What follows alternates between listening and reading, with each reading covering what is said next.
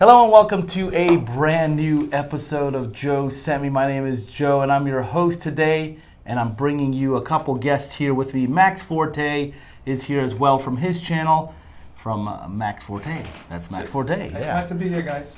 And also we have the creative director of Fragrance du Bois in the house today, Mr. Jonnie Swarbrick. Hi. And also we have the brand director, Nicola Parker. Hi. Did I say it right? You did. I did. All right.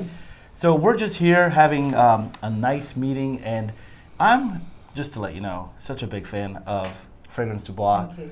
There's something so awesome and prestigious about this brand, and I've secretly been a fan of this brand for such a long time, and I'm so excited, and it's an honor to be here right now with you guys. This is so awesome. Thank you. I would love to hear more about how this got started and your philosophies on the brand. Right, well, I mean, we started back, I think 2013 in Singapore. We started developing a range of products that were going to utilize our oud oil.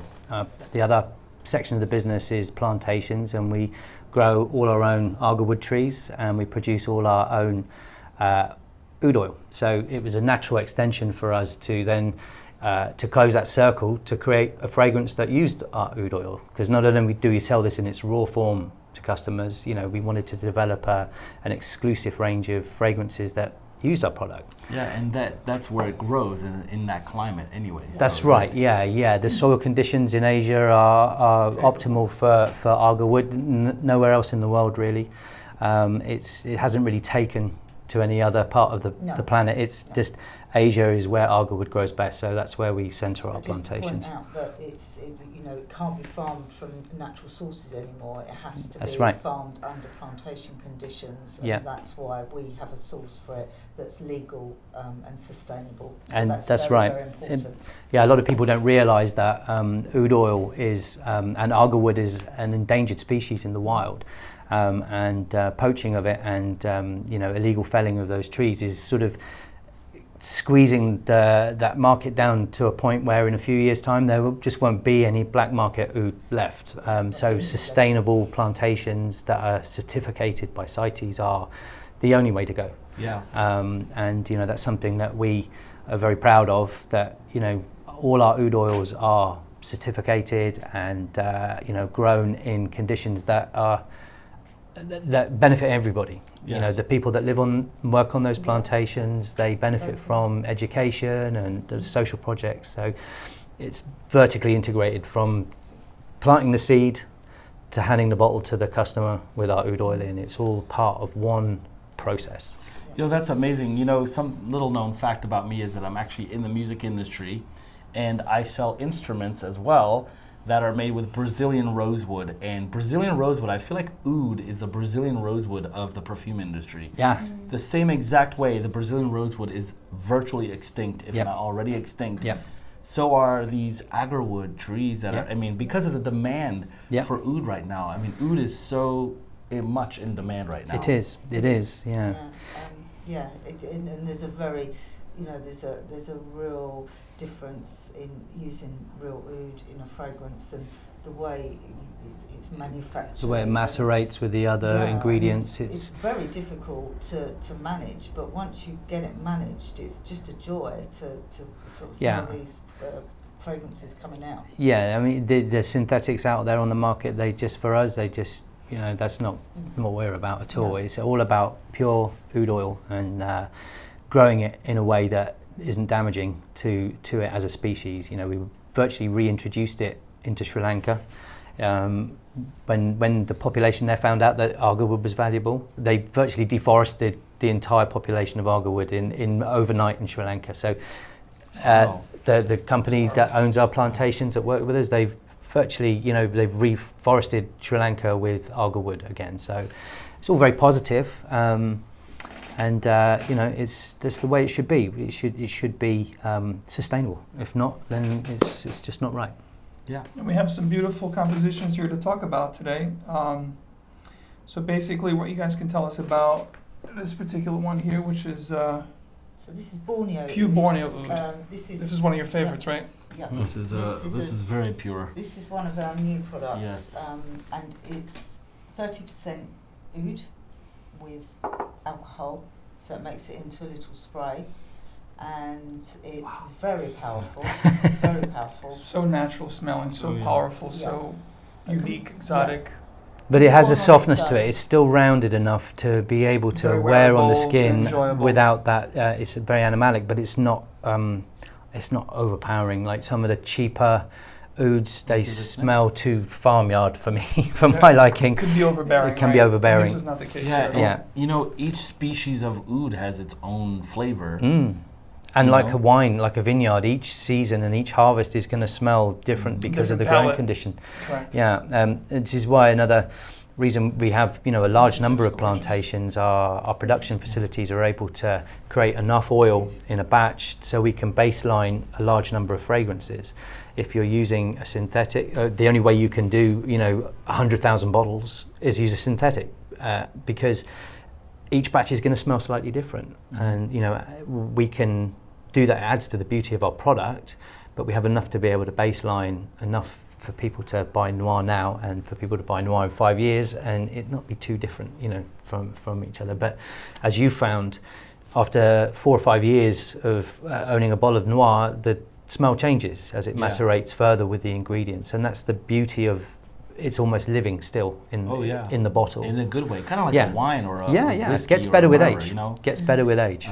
And I have to say, for the record, I'm going to cut you guys. I'm not a very big fan of oud myself, as opposed to Joe, which he loves oud. Sorry, I'm the But oud this king. particular house has made some of my most enjoyable ouds I've ever tried, and this is definitely one that is just breathtaking. Thank you. And And they do it with such, We love what we mastery. do. We absolutely love what we do, and it's such a mysterious kind of ingredient. It's very nebulous, and I love watching people smell it for the first time and their reaction to it, because I can see their brain trying to figure out and reference, like, what is that? Where does that come from? Where does that smell happen? And they can't, because as smell evokes those Very memories particular. visually. And trying to watch people figure out, where is that from? What is it? What is it? It's so complex and deep and, kind of mysterious that it's in a great way, fun it's to like work trying with. to smell umami. You can't smell umami. You'll just only know it's a sixth. Yeah, taste, it's like kind of beyond what your normal beyond senses our can. salty, sweet, whatever. So it's Doesn't fit in those savory. tastes. So Yeah. it's real curveball, yeah. Yeah. So for us, using the oud on, the range that we have, also oud does slightly change the notes. So you have a fragrance using orange, and it twists it a little bit, and it just kind of gives you a brand new. For everybody. Together. Yeah. I think they smell differently on everybody's skin. Yeah. That Yes. oud reacts with your sweat, and it changes the note, and it becomes very particular to you. And you could spray blue or rouge on you and me, and each one of us, it would smell completely different after outcome. 20 minutes. Yes. So in a way, it's kind of a bespoke fragrance in a bottle anyway, because the way that the oud works with your sweat, for and sure. You end and up with your own essence. You do, Orange yeah. is definitely That's one true. of those, isn't Yeah. it? Even between men and women, Yeah. it kind of smells different. Which It does. Is great. It does, and it being, a fruitier top note with the joan and the orange and the rose. They're different to more traditional Middle Eastern smelling oud fragrances, like the ones we have, like Sahar and Noir, which are more spicy and woody and leathery. It's a bit of a mix of West meets East, and that fusion works extremely well. Yeah. And so oud isn't obviously for everyone. No. However, if you have an acquired taste for it, just like you have an acquired taste for blue cheese, then oud is definitely the thing for you. Definitely. But what do we do when you're not into oud? What do we have to offer somebody who's not into oud? Yeah. Well, we launched a range of, we call them Nature's Treasures. That's the collection. It's I don't like to call them non-oud, because it sounds like I'm making an excuse for them, because in their own right they have a depth and a punch which is unique, and to say just now that they are a non-oud range dismisses it. I mean, they're amongst my favourites, and they still have a depth and a quality which has that sublime, ethereal kind of feel to it, which matches our oud range. Yeah. But on their own, they stand alone, and we're equally as proud. Patchouli is one of Patchouli your is Oh, mine too. Yeah, patchouli, and part of the reason why is because I just love the depth of patchouli. And there's so many different ranges and spectrums of patchouli. kind of like there is with oud, you know? But the patchouli can be either green and hippie, or it could be this beautiful chocolatey, vanilla-y, cocoa, almost boozy.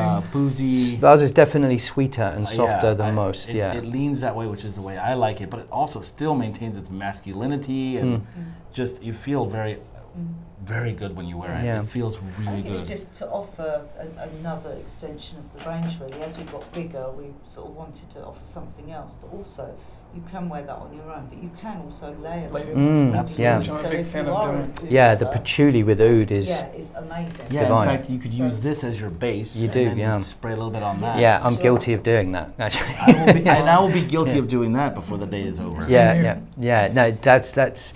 You know, I know it's sort of counter to what I've just said about them standing alone without the oud, but you know, it's if you've got a bottle of oud handy and you love oud, then you're creative. You mix it up yourself, and it's divine. Yeah. It's sort of just given a freedom, our range, isn't it, to be creative and to mix it up, really.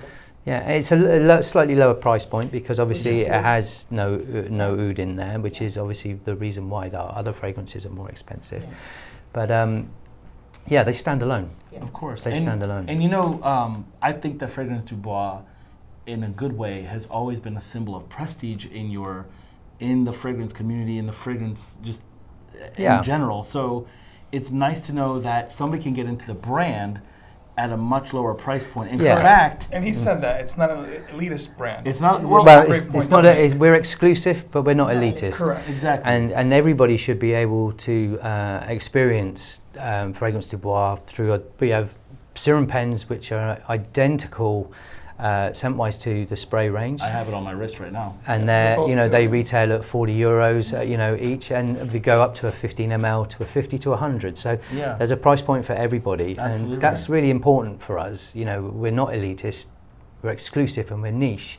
Also, but what we do is the packaging on the 15 ml is the same as the 100. And by the way, this is their new 15 ml size. You can see right here. Yeah. It's portable. It's cute. Attention to and detail. You can carry. I mean, the cap is identical. By the way, this same cap is on their 50 and on their 100. Yeah. We haven't compromised on the quality of the packaging or the glass. Because it's a smaller, cheaper size. We want everybody to experience the FDB experience in the same way, whether you spend $1,000 on a bottle or whether you spend $200 on a bottle or even $50 on a pen. It should be the same level of experience of luxury for all our customers. Yeah. So that's sort of been, in a nutshell, Fragrance du Bois. Where can people find Fragrance du Bois if they were just looking to buy it right now? Where can they go to buy it? We are online. Online? Which obviously covers the world, which is great. In the US at the moment, we're based in Lucky Scent, which obviously goes online. We're actually in Selfridges in London, Manchester and Birmingham. And Javoy. With the Javoy Group, which is a very important partnership to us. They kind of they found us really and presented us on the European stage. And we have a flagship store in Europe is in Geneva. In Geneva, Switzerland. In Switzerland. And Italy. And in Italy, in Milan. Wow. Yes, and a few more coming soon. Yeah, and of course, for all the viewers, we can also have all these links in the description so that people can check. Let's go on the website. All our outlets are on the website. You took the words right out of my mouth. Yeah, I'm just kidding. No, you're good. No, exactly what Max said. Everything you need to know will be in the links in the description. In fact, while you watch the video, you can even click on the link and actually go ahead and do your research. So. It's awesome. So thank you so much for being part of my show. Oh, no, it was a pleasure. And sorry, it's all good. My pleasure. And Nicola and everybody. Thank you so much for your time. This is great. We had such a great time. And see you guys next year for 2020 Esxence. Can you believe it? 2020. I bet the next year is going to be all about the fragrance of the future. Maybe that will be the theme because every year we do a theme at Esxence. So alrighty. Cool. Take care, guys. See ya. Bye-bye. Bye-bye.